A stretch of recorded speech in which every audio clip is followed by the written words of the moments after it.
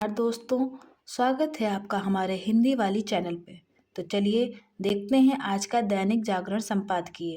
तो शुरू करते हैं। सतर्कता की ज़रूरत।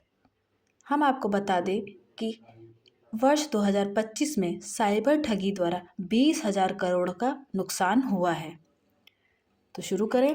विज्ञान और तकनीकी की समृद्धि के दौर में ठग भी अपने तौर तरीके बदल कर लोगों को फंसाने के लिए नित नए जाल बिछा रहे हैं। खासकर साइबर ठगों की सक्रियता अत्यंत चिंताजनक है। दुखद यह भी है कि आए दिन कोई न कोई इनके जाल में फंसकर अपनी जीवन भर की पूंजी गंवा दे रहा है। पंजाब में भी लगातार ऐसे मामले सामने आ रहे हैं, जब साइबर ठगी के जाल में फंसकर लोग अपनी कमाई से हाथ धो दे रहे हैं। इसमें आम नागरिक से लेकर बड़े उद्योगपति और यहाँ तक कि सेवानिवृत्त पुलिस अधिकारी तक शामिल हैं। अब साइबर ठग ऑनलाइन ठगी से बचाने के नाम पर भी लोगों को अपने जाल में फंसा रहे हैं। ठगी से बचने के लिए सर्वाधिक आवश्यक सतर्कता ही है। इसके लिए लोगों को जागरूक होना होगा। यह देखा गया है कि बहुत से लोग ना तो समाचार पत्र पढ़ते हैं और ना ही संचार के अन्य साधनों से जुड़े होते हैं। इससे वह समाज में चल रही गतिविधियों से पूरी तरह भिज्ञ नहीं रहते हैं और इसी कारण ठगों के जाल में फंस जाते हैं। अन्यथा केंद्र और राज्य सरकार के साथ ही आरबीआई की तरफ से भी लगातार ठगों से बचने के लिए लोगों को जागरूक किया जाता है। लोगों को स्वयं चाहिए कि वह ठगों की गतिविधियों को लेकर जागरूक रहें और आरबीआई एवं सरकार के निर्देशों का पालन करें। ऐसा करके ही ठगों के मंसूबों को विफल किया जा सकता है।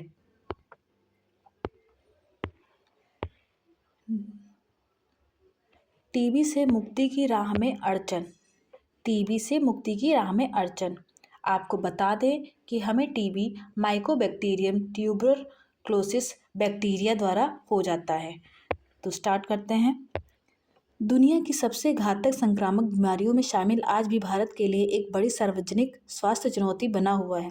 वैश्विक स्तर पर टीबी के मामलों में भले ही धीरे धीरे कमी आ रही हो, लेकिन कुल मामलों का लगभग 1/4 हिस्सा अब भी केवल भारत में दर्ज किया जाता है।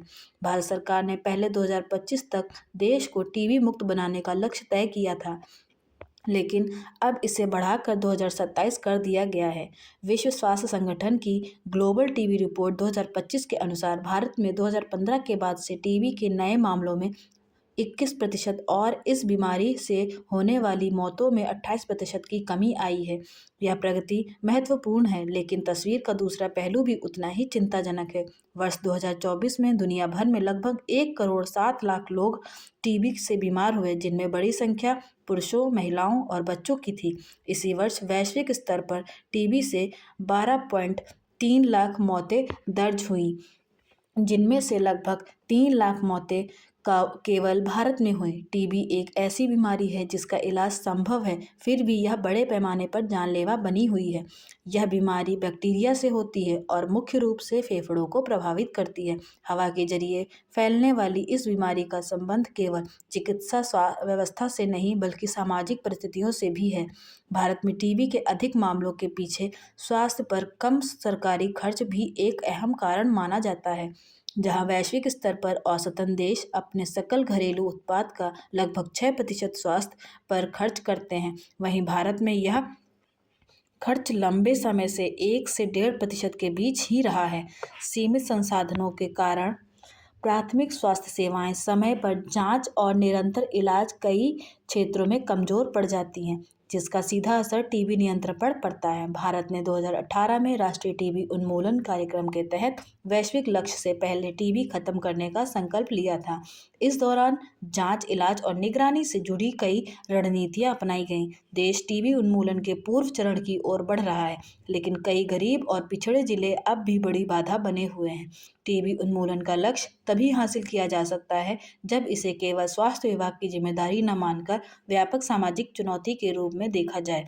पोषण, गरीबी उन्मूलन, जागरूकता, मजबूत सार्वजनिक स्वास्थ्य व्यवस्था और निरंतर राजनीतिक इच्छा शक्ति के बिना टीबी को जड़ से खत्म करना संभव नहीं होगा। भारत के सामने यह चुनौती केवल आंकड़ों को सुधारने की नहीं बल्कि लाखों जिंदगियों को सुरक्षित भविष्य देने की भी है।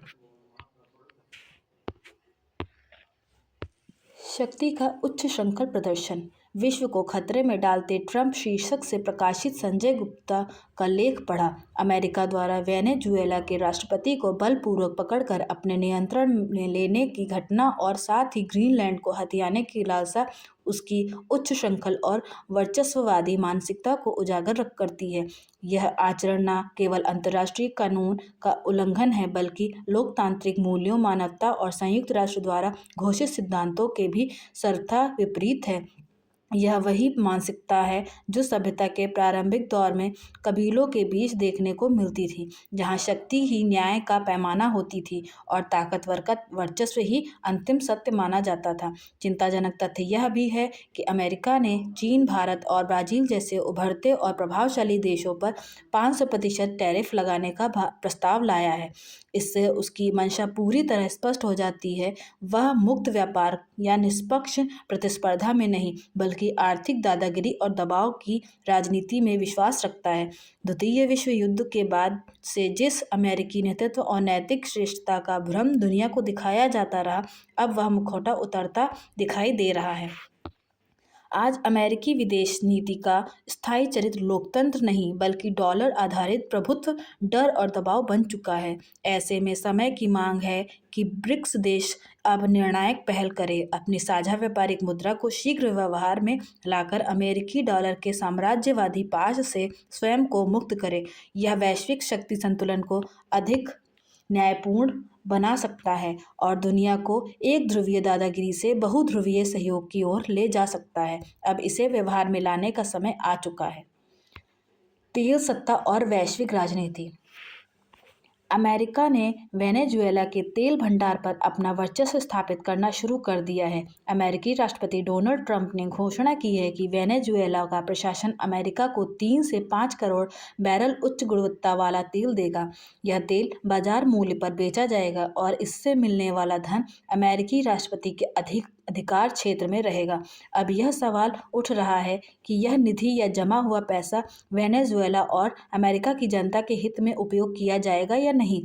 अमेरिका प्रतिदिन लगभग 2 करोड़ बैरल तेल की खपत करता है। वर्तमान में वेनेजुएला से आने वाला यह तेल अमेरिका की लगभग 2.5 दिनों की आवश्यकता पूरी करने के लिए पर्याप्त है। अतिरिक्त तेल का वैश्विक बाजार में व्यापार होगा जिसका सीधा लाभ अमेरिका को मिलेगा। यदि वेनेजुएला में तेल उत्पादन बढ़ता है तो कच्चे तेल की कीमतों पर भारी दबाव पड़ेगा और कीमतों में बड़ी गिरावट आ सकती है। फिर भी इस पूरे घटनाक्रम से सबसे अधिक लाभ अमेरिका को ही होता हुआ दिखाई देता है।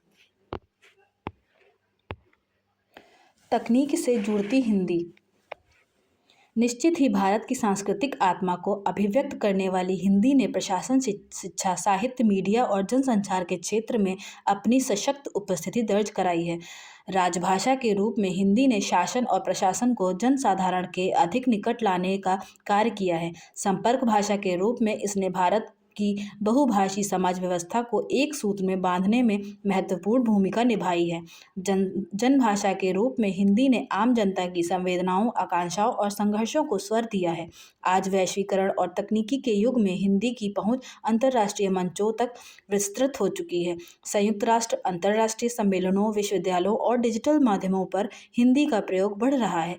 प्रवासी भारतीयों के माध्यम से भी हिंदी विश्व के अनेक देशों में लोकप्रिय हो रही है।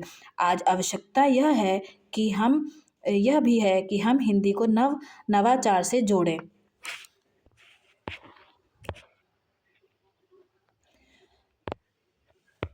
ऊर्जा, चरित्र का उत्कर्ष।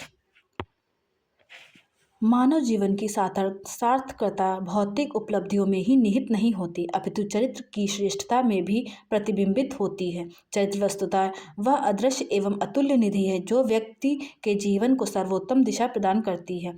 चरित्र से वंचित होकर ज्ञान, शक्ति एवं साधन एक अभिशाप बन जाते हैं। किसी व्यक्ति की वास्तविक प्रगति का मापदंड उसके चरित्र का उत्कर्ष ही होता है। चरित्र का निर्माण सतत साधना, आत्मानुशासन और मूल्यबोध की एक दीर्घ प्रक्रिया है।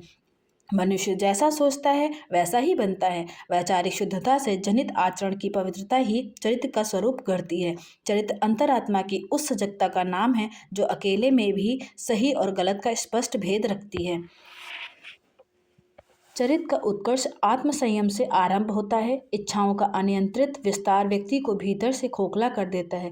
वासनाओं पर नियंत्रण करके ही नैतिक शक्ति का विकास होता है। आत्मसंयम का अर्थ जीवन में पलायन कदापि नहीं, अपितु जीवन को संतुलित ढंग से जीना है। संयमित व्यक्ति की कठिन परिस्थितियों में विवेकपूर्ण निर्णय ले सकता है और प्रलोभनों के बीच भी अपने मूल्यों को अक्षुण्ण रख सकता है। सत्यनिष्ठा चारित्रिक उत्कर्ष का दूसरा महत्वपूर्ण स्तंभ है। सत्य केवल वाणी की सच्चाई नहीं, बल्कि विचार और कर्म की एक रूपता है। सत्यनिष्ठ व्यक्ति के व्यक्तित्व में एक अद्भुत स्थिरता होती है। ऐसी स्थिरता ही चरित्र के उत्कर्ष का आधार बनती है। कर्तव्य बोध भी चरित्र को ऊंचाई प्रदान करता है। अधिकारों की चर्चा की तुलना में कर्तव्यों की चेतना सदैव प्रबलतर होनी चाहिए। चरित्र का उत्कर्ष एक सतत यात्रा है। यह यात्रा व्यक्ति को नैतिक उन्नयन की ओर उन्मुख करते हुए परिस्थितियों का स्वामी बनने की प्रेरणा देती है। चरित्र का उत्कर्ष मनुष्य जीवन को आशाओं से रंग देता है। धन्यवाद। अगर आपको वीडियो पसंद आती है तो लाइक, सब्सक्राइब एंड शेयर जरूर करें।